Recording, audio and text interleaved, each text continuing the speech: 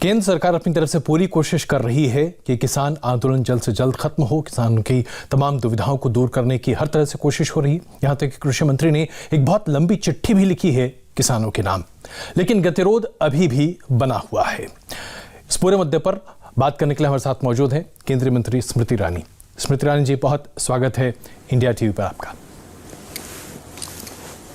नमस्कार। स्मृति जी, जैसा कि मैंने कहा, कृषि मंत्री जी ने 3 बार कोशिश कर की है। दरअसल देखें तो आज जो चिट्ठी लिखी है 8 पन्नों की, उसमें बड़ी विस्तृत जानकारी भी दी गई है। इसके बावजूद गतिरोध थम नहीं रहा। क्या बाधाएं हैं, कहाँ रुकावट आ रही है? मुझे लगता है कुछ राजनीतिक तत्व और दल ऐसे हैं जो नहीं चाहते हैं कि किसान देश का संपन्न हो, बिचौलियों का राज समाप्त हो और कृषि के पूरे क्षेत्र में उसके माध्यम से भारत का उत्थान हो, भारत की उन्नति हो। और यही लोग चाहते हैं कि गतिरोध बना रहे। इसलिए आज आपके माध्यम से, जैसा कि कृषि मंत्री जी के आपने पत्र का उल्लेख किया, मैं भी कहना चाहूँगी कि इन सभी कानूनों में, जिसके संदर्भ में आज बहुत सारी चर्चाएं देश भर में चल रही हैं, 2-3 बातें बतलाने लायक हैं। कुछ लोगों ने ये सोचा कि अचानक ही बिल सत्र में प्रस्तुत कर दिए गए संसद के और दोनों सदनों में इसके संदर्भ में चर्चाएं हुई। मैं उस भ्रम को, उस मिथ्या को यहाँ पे आज खंडित करना चाहती हूँ, क्योंकि 2001 से चर्चाएं इस बिल के ऊपर शुरू हो गई थी कि किस प्रकार से रिफॉर्म की ज़रूरत है। उस आधार पर न सिर्फ भारत सरकार बल्कि प्रदेश की सरकारें, प्रदेश के जो प्रतिनिधि हैं, जिसमें से स्टेक होल्डर्स जिसको कहते हैं, किसान संगठन और बाकी विशेषज्ञ भी इन चर्चाओं में लगभग 19 साल से सम्मिलित रहे थे।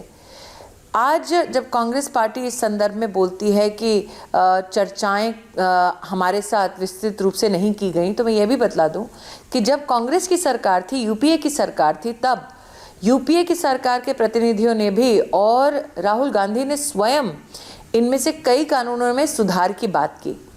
किन सुधारों की बात की? उन्होंने कहा कि एपीएमसी का एक्ट ही ख़त्म कर दीजिए। लेकिन भारत सरकार ने एपीएमसी का एक्ट ख़त्म नहीं किया, बल्कि भारत सरकार ने कहा कि अंतर्राज्यीय अगर किसान अपने किसी सामान को, फसल को बेचना चाहता है तो उसको इसकी आज़ादी देनी चाहिए। किसान को कहीं भी इन बेड़ियों में जकड़ा नहीं जाना चाहिए कि वो कहाँ जाकर किसको कितने दाम पर अपनी फसल बेचना चाहता है। किसान का निर्णय स्वतंत्र हो। इस प्रकार की आज़ादी इन बिलों के माध्यम से सुनिश्चित की गई है।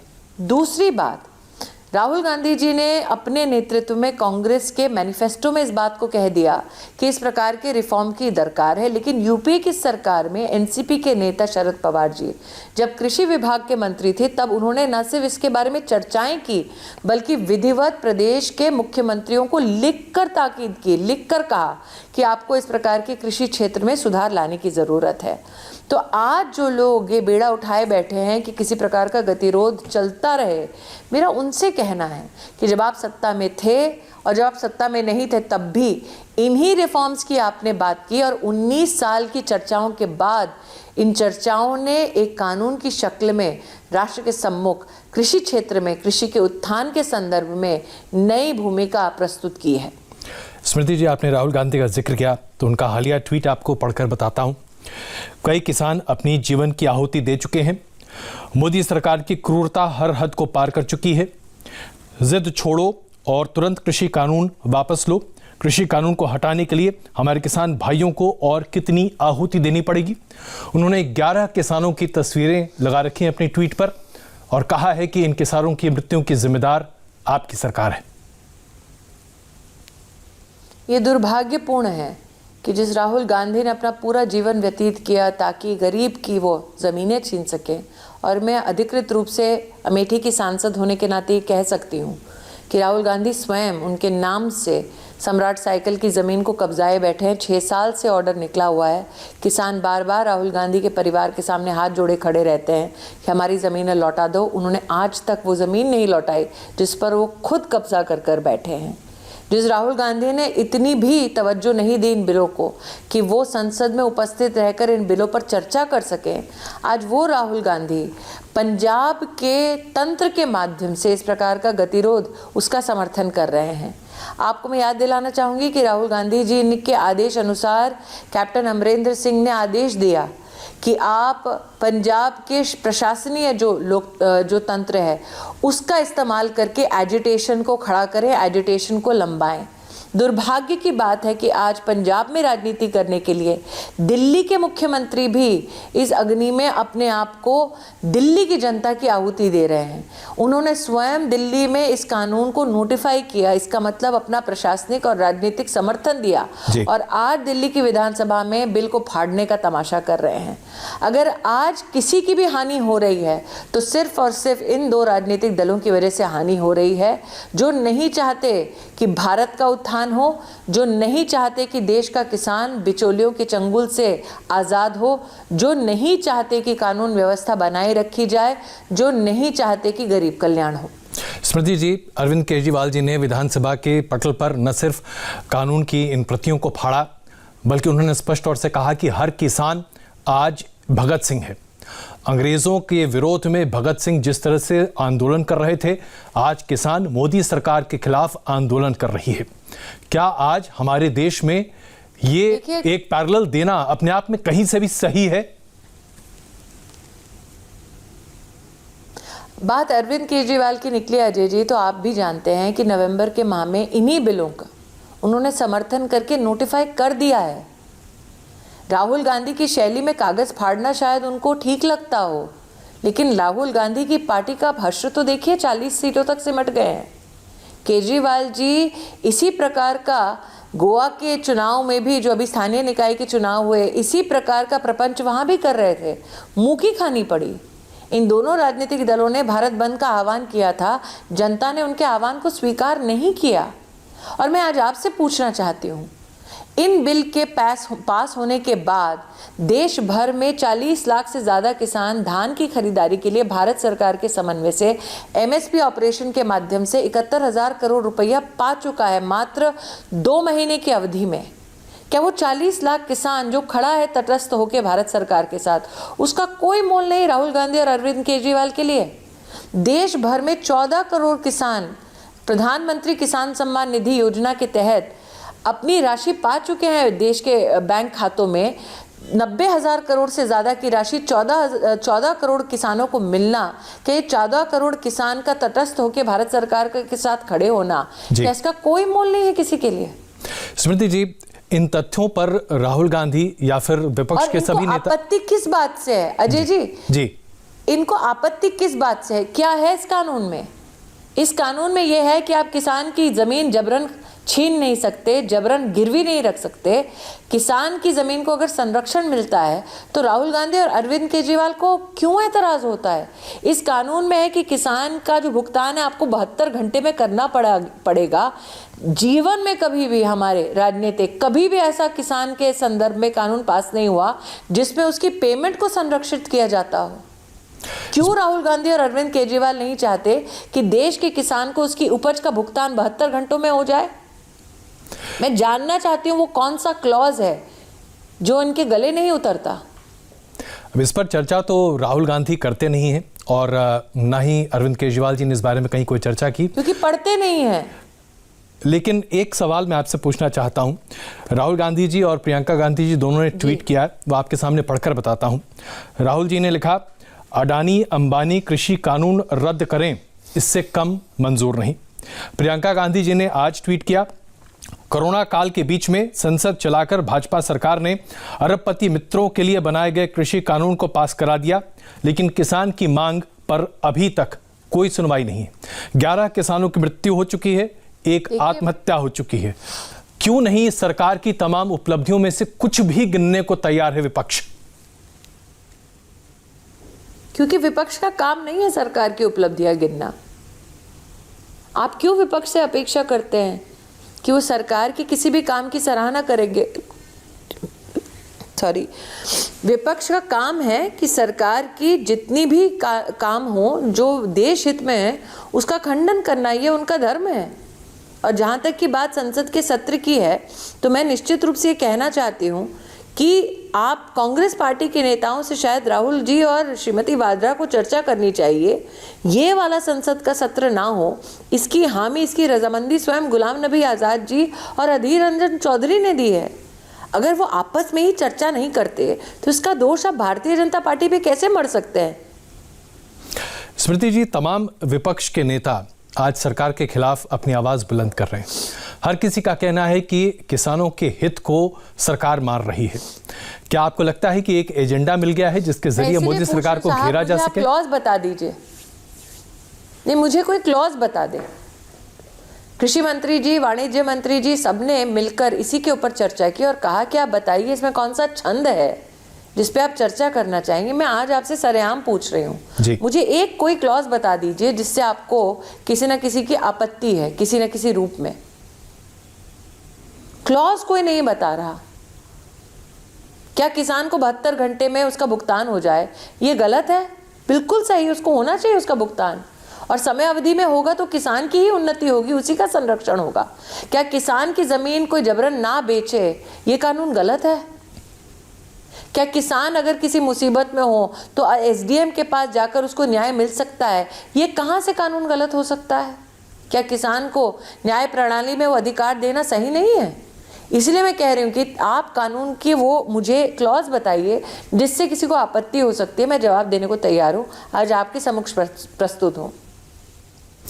जाहिर सी बात है, विपक्ष ने अभी तक अपने किसी भी आपत्ति को किसी भी क्लॉज के मार्फत सामने रखा नहीं है, लेकिन इंडिया टीवी ने इस प्रदर्शन के दौरान कुछ एक ऐसी तस्वीरें, कुछ एक ऐसी पोस्टर्स सामने रखे जिससे ये प्रदर्शित हुआ कि किसान आंदोलन में कुछ और लोग भी अपना अलग एजेंडा लगा रहे हैं, जैसे कि शर्जिल इमाम का पोस्टर लगाना, उसके साथ साथ उमर खालिद का पोस्टर लगाना, इनकी रिहाई की मांग करना।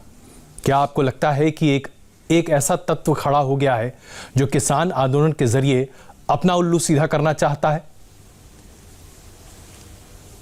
मुझे लगता है कि ऐसा तबका खड़ा है जो इसने किसान के कंधे से हल हटाकर अपनी बंदूक रख दी है। जिनका पोस्टर लगाया गया वो है कौन? दिल्ली में दंगों में जिन लोगों ने हिंदुस्तानियों को मारा, जिनमें से एक अफसर था आईबी का, ये वो षड्यंत्रकारी हैं। क्या हम ऐसे लोगों को रिहा करना चाहते हैं? जिनकी रिहाई का पोस्टर लगाया जा रहा है, नाम लिया जा रहा है, वो है कौन? उनमें से एक सज्जन तो वो हैं जो सीआरपीएफ जवान मौत के घाट उतारे जाएं उसका ऐलान करते हैं, उसकी प्रशंसा करते हैं। क्या ऐसे लोगों को रिहा कर देना चाहिए क्योंकि किसी को चक्का जाम करना है? जो सीआरपीएफ के जवानों को मारे, जो आईबी के ऑफिसर को मारे, दिल्ली में दंगे कराएं, क्या इसलिए चक्का जाम हो रहा है? और दिल्ली में दंगे करने वालों के साथ अरविंद केजरीवाल जाके खड़े हो गए हैं। और सबसे ज़्यादा मुझे स्तब्ध करती है वो घटना जिसमें लोग जमा होते हैं वहाँ पर और कहते हैं मोदी को मौत के घाट उतार देंगे, और देश के 2 मुख्यमंत्री अरविंद केजरीवाल और अमरिंदर सिंह ऐसे प्रदर्शनकारियों का साथ देते हैं और खंडन का एक शब्द नहीं कहते। सरेआम देश की राजधानी में ऐलान करवा रहे हैं अरविंद केजरीवाल और अमरिंदर सिंह कि मोदी को मौत के घाट उतार दो। ये कहाँ का प्रदर्शन संभव है? आप बताइए। किसान हित में ये किस किसान की आवाज़ हो सकती है? स्मृति जी, इंडिया टीवी ने 9 ऐसे किसान नेताओं के पूरे बैकग्राउंड को खंगाला जो कि आज इस पूरे आंदोलन की अगुवाई करने की कोशिश कर रहे हैं। उनमें से 8 ऐसे हैं जिनका लिंक वामपंथी दलों से है, खास करके CPI-M से। उसके अलावा और भी ऐसे कई लोग हैं जो इस आंदोलन में शामिल हैं। अगर ये राजनीतिक आंदोलन है तब तो ये बात सही है, लेकिन अगर ये किसान आंदोलन है तो फिर ये लोग कौन है? भाई साहब जी, मैं आपसे वही कह रही हूँ साहब, आपने तो सिर्फ CPI-M के लोग ढूंढे हैं। इनमें से कई ऐसे भी आपको दिखेंगे जो कांग्रेस और आम आदमी पार्टी की टिकट पर चुनाव लड़कर हार चुके हैं। एक ऐसे सज्जन भी हैं जिन्होंने कांग्रेस की शायद टिकट पे चुनाव लड़ा और 600 करोड़ की संपत्ति उन्होंने घोषित कर दी। आज वो कह रहे हैं कि मैं गरीब किसान हूँ। तो जब आप छानबीन कर रहे हैं इन सभी प्रवक्ताओं की, आपसे मेरा आग्रह है कौन किस टिकट से लड़ा है वो भी देख लीजिए। लोकतंत्र में जनता जनार्दन चुनाव के वक्त तय करती है किसको वोट देना है, किसकी सरकार बनानी है। चुनाव हार जाने के बाद ये कैसा लोकतंत्र का नया नज़ारा है कि आप पूरा का पूरा देश की राजधानी को चक्का जाम करने का प्रयत्न करें, ये षड्यंत्र करें कि जिन लोगों ने देश की राजधानी में दंगा किया उनको रिहा करने के लिए आप दबाव बनाएं। जिन लोगों ने CRPF जवानों को मौत के घाट उतारने के षड्यंत्र में अपनी भागीदारी दी, उन लोगों की आप सराहना करें। तो आप बताइए, आंदोलन में इन लोगों को जगह क्यों दी जा रही है? स्मृति जी, अगर दिल्ली वालों या एनसीआर के रहने वाले लोगों की तरफ से एक सवाल आपसे पूछूं, पिछले दिसंबर में भी इसी तरह से पूरे दिल्ली को बंधक बना दिया गया था जब सीएए के विरोध में प्रदर्शन चल रहा था। आज भी बीते 22 दिनों से पूरी दिल्ली और उसके आसपास के तमाम इलाके बंधक बने हुए हैं। क्या तकरीबन 2 करोड़ लोगों की अपनी कोई जीवन नहीं है? सुप्रीम कोर्ट ने भी कहा कि शांतिपूर्ण प्रदर्शन तो जायज है, लेकिन लोगों को असुविधा ना हो। असुविधा तो हो रही है। दुख की बात यह है कि असुविधा कराने वाले स्वयं दिल्ली के मुख्यमंत्री हैं। वो बैठे हैं धरने पे। तो 2 करोड़ की आवाम को, 2 करोड़ की जनता को कम से कम मुख्यमंत्री की तरफ देखकर ये प्रश्न करना चाहिए कि क्या इसलिए वोट दिया था ताकि शर्जील इमाम का पोस्टर लेकर मुख्यमंत्री जाएं? क्या इसलिए वोट दिया था ताकि मुख्यमंत्री की छत्रछाया में प्रदर्शनकारी मोदी को मौत के घाट उतारने की बात करें? क्या इसलिए वोट दिया था ताकि दिल्ली के मुख्यमंत्री स्वयं चक्का जाम करके बैठ जाएं और दिल्ली की 1800 फैक्ट्रियां बंद कर दें? क्या इसलिए वोट दिया था? स्मृति जी, आप खुद भी किसानों को संबोधित करने जा रही हैं। योगी आदित्यनाथ जी ने भी किसानों को संबोधित किया है, प्रधानमंत्री जी भी किसानों को संबोधित कर रहे हैं और किसानों तक अपनी बात पहुंचा रहे हैं। आज अगर रेट्रोस्पेक्टिवली देखा जाए तो क्या आप लोगों को लगता है कि पहले किसानों से बात की गई होती बिल के पास होने के तो ज़्यादा बेहतर होता, या अभी उपयुक्त वक्त है? 19 साल से बातचीत हो रही है अजय जी, 19 साल से बातचीत हो रही है। कई किसान संगठन ऐसे हैं जिन लोगों ने अपनी फेसबुक या इंस्टा पोस्ट पे आज से 3-4 साल पहले इन्हीं रिफॉर्म्स को लाने की बात कह दी है। क्या 19 साल आपको कम लगते हैं चर्चा के? 19 साल जिसमें केंद्र प्रदेश की सरकारें, किसान संगठन, कृषि विशेषज्ञ सब ने चर्चा की। यहाँ तक कि आज जो मुख्यमंत्री स्वयं धरने पर बैठ रहे हैं उन लोगों ने स्वयं इसकी प्रस्तावना की। क्या 19 साल काफ़ी नहीं चर्चा के लिए? और ये कह देना कि चर्चाएं मात्र तब तक सीमित रहीं जब तक बिल पास ना हुआ, ये भी गलत है। बिल के पास होने के बाद भी आपके समक्ष कितने ऐसे आपके रिपोर्टर्स ने रिपोर्ट फाइल की है जिसमें किसान संगठन जब भी मिलना चाहते थे तोमर जी मिले उनसे। तो चर्चाओं का, संवाद का तो सिलसिला निरंतर चलता ही रहा है। चर्चा से, संवाद से किसी ने मना नहीं किया है। स्मृति जी, फिर एक बुनियादी सवाल पर हम वापस लौटते हैं। क्या विपक्ष का आज सिर्फ एक एजेंडा है, किसी भी कीमत पर, हर कीमत पर मोदी हटाओ? क्या सिर्फ मोदी विरोध की राजनीति देश में चल रही है? विपक्ष का भले ही एजेंडा हो मोदी हटाओ, जनता का एजेंडा बन चुका है विपक्ष भगाओ। आपने कहा अच्छी बात एक कि दिसंबर का ऐसा कैलेंडर इवेंट बन गया है कि पहले सीएए का, एनआरसी का आप विरोध प्रदर्शन करेंगे, चक्का जाम करेंगे। इस बार कृषि क्षेत्र में जिस प्रकार से एक क्रांतिकारी निर्णय लिया गया है ताकि किसान देश का आज़ाद हो, वो उन्नत हो जाए, उसका ये लोग विरोध कर रहे हैं। इनकी दुखती रग ये है अजय जी कि देश का गरीब हमेशा गरीब रहे। अगर देश का गरीब आज़ाद हो जाएगा इनकी बेड़ियों से और सशक्त हो जाएगा, समृद्ध हो जाएगा, तो इनकी राजनीतिक रोटियां सेकने के लिए इनको कोई मौका नहीं मिलेगा। व्यवस्थाएं अगर सुदृढ़ हो गई तो इनको धोखाधड़ी करने का कोई मौका नहीं मिलेगा। सुचारू रूप से अगर व्यवस्थाएं चलने लगे तो इनको भ्रष्टाचार करने का मौका नहीं मिलेगा। इनकी दुखती रग मात्र ये है। एक आखिरी सवाल जरा बंगाल पर भी मैं आपसे चर्चा कर लूं। बंगाल में जिस तरह से अभी घटनाक्रम हो रहे हैं और उसके साथ साथ वहाँ पर बंगाल की मुख्यमंत्री ममता बनर्जी बार बार कहती हैं कि कृषि क्षेत्र में सुधार के नाम पर भारतीय जनता पार्टी ने पूरे देश में आपातकाल लागू करने की कोशिश की है, लोगों के हक को मारने की कोशिश की है। वो कहती हैं कि बीजेपी के नेता अगर बंगाल में आकर राजनीति करना चाहते हैं तो ये बाहरी लोग हैं, इनका कोई काम पश्चिम बंगाल में नहीं है। हिंदुस्तानी अपने देश में बाहरी कब से हो गया? আমি জানি আপনার প্রোগ্রামটা হয়তো দিদি দেখছেন।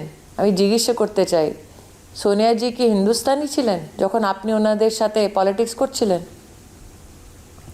আর আমরা সবাই আমাদের দেশে জন্ম নিয়ে আমরা इंडियन নয়? अर्थात कि मैं ममता बनर्जी से आपके कार्यक्रम के माध्यम से ये निवेदन करना चाहती हूँ कि जब उन्होंने कांग्रेस में अपना नेतृत्व किया था तब तो वो लोग शीर्ष पर थे नेतृत्व के, जिन लोगों ने हिंदुस्तान की इस भूमि पर जन तक नहीं लिया था, वो उनको मान्य है। लेकिन हिंदुस्तानी अपने ही देश के एक प्रदेश में जाए, वो इनको स्वीकार नहीं। और मुझे लगता है कहीं ना कहीं जिस प्रकार के वो इस वक्त स्टेटमेंट्स दे रहे हैं, उनकी बौखलाहट उसमें साफ दिखती है। एक के बाद एक उनके नेता, उनके कार्यकर्ता उनको छोड़कर जा रहे हैं, क्योंकि वो बंगाल की जनता का बढ़ता हुआ गुस्सा साफ देख पा रहे हैं। उनको दिखाई दे रहा है कि आगामी चुनाव में उनकी हार निश्चित है। और यही बौखलाहट के चलते न सिर्फ इस प्रकार के वो वक्तव्य दे रहे हैं, बल्कि भारतीय जनता पार्टी के राष्ट्रीय अध्यक्ष पर भी ईंटों की बौछार करवा रही हैं। यही अहंकार है उनका, जिसके चलते उनके आदेश पर भारतीय जनता पार्टी के कार्यकर्ताओं की निर्मम हत्या की जाती है। उनको सूली पर, सड़क पर सरेआम चढ़ाया जाता है, ताकि जनता डर के मारे घर पर बैठ जाए। लेकिन शायद ममता जी को यह भ्रम है कि एक साधारण हिंदुस्तानी डर के दबोच के बैठाया जाएगा। लोकतंत्र की ताकत यह है कि वही नागरिक पोलिंग बूथ पर आएगा और बंगाल के चुनाव में कमल का बटन दबाएगा। स्मृति जी, 2019 के लोकसभा चुनाव से पहले जब आपसे बात हुई थी, आपने पूरे भरोसे से कहा था कि इस बार मैं अमेठी जीतूंगी। क्या यही भरोसा पश्चिम बंगाल के लिए आपका है? बिल्कुल। आपने 2019 का उल्लेख किया। मैं आभारी हूं कि आपने उस मेरे वचन को वापस आज आपके कार्यक्रम में रिपीट किया। आज उतने ही कॉन्फिडेंस के साथ मैं कहती हूँ, बंगाल भी भारतीय जनता पार्टी ही जीतेगी। स्मृति जी, बहुत धन्यवाद इंडिया टीवी से बात करने के लिए, और हम उम्मीद करते हैं कि जल्द ही ये गतिरोध भी खत्म होगा। बहुत धन्यवाद।